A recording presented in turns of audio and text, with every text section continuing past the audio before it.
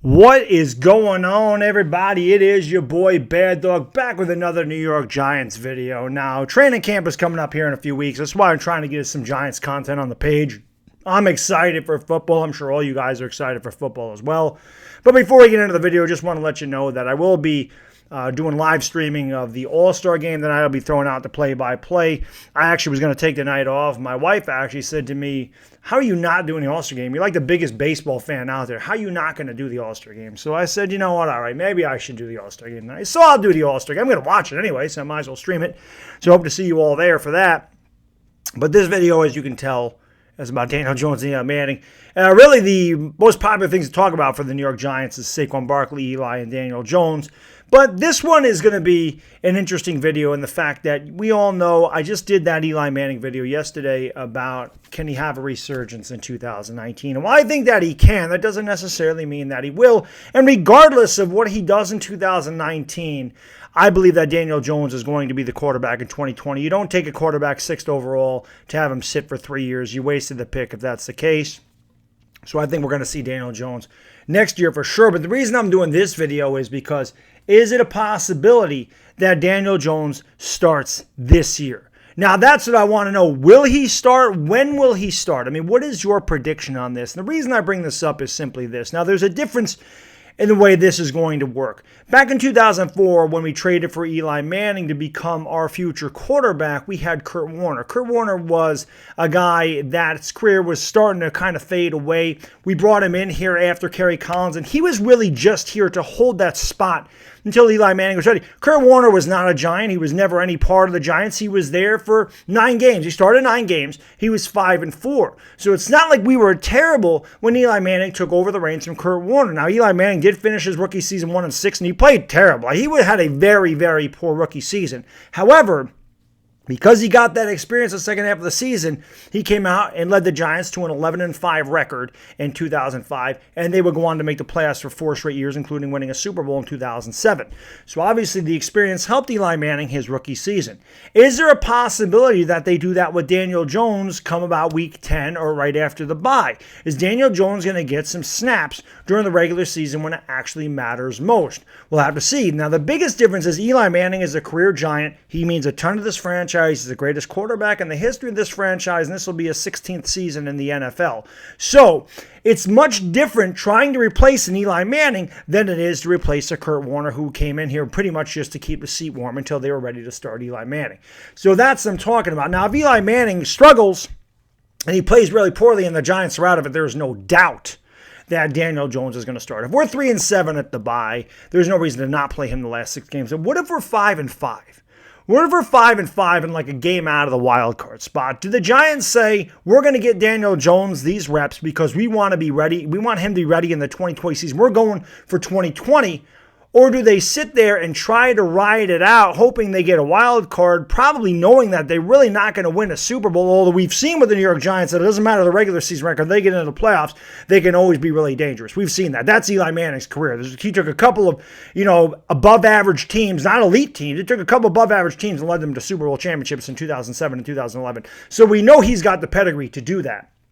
But again, what do we do? I mean, is it possible that even if we're 5-5, Daniel Jones starts because they say, okay, this team's not equipped to go to the Super Bowl. Let's get Daniel Jones these games. Let's let him get used to NFL game speed. Let's let him make his mistakes, and learn from his mistakes in 2019 so he can avoid those same mistakes in 2020, and we can start with a fresh slate, Daniel Jones having some NFL experience, and then beginning the 2020 season as the starting quarterback for the New York Giants. It'll be very interesting to see. Like I said, if we are 2-8 and we're out of it, there's no doubt in my mind he starts. If we're 8-2, then he is not going to start. There's no doubt. But this team is 8-2, which I'll be perfectly honest with the Giants fans. I don't see us being 8-2 after the first 10 games. But if for some reason that happened, then you're not going to see Daniel Jones.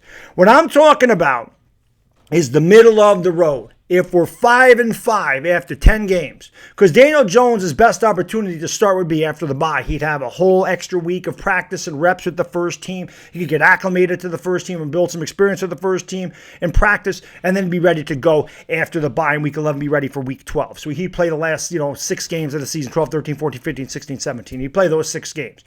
Obviously, like I said, if we're 2-8, he's playing. If we're 8-2, he's not. But if we're 5-5, Giants fans, do you think he starts? I mean, again, seems to be what the Giants are doing right now, and I don't care what Dave Gettleman says. We know Dave Gettleman doesn't tell the truth, and we know that it really doesn't matter. There's going to be an outcry for Daniel Jones at some point, even though a lot of people didn't like that draft pick, and a lot of people still don't like that draft pick. A lot of people think Daniel Jones is going to be a bust, and they're entitled to their opinion. But if Eli Manning struggles at any point in this season, I'm talking not even just, all the way up to week 10. If he's struggling through week 4, you're going to hear fans want to at least see what Daniel Jones can do on the field. So my question to you guys is, does Daniel Jones start in 2019 at any point? And if you think he's going to start at some point, which week do you think he'll be in there?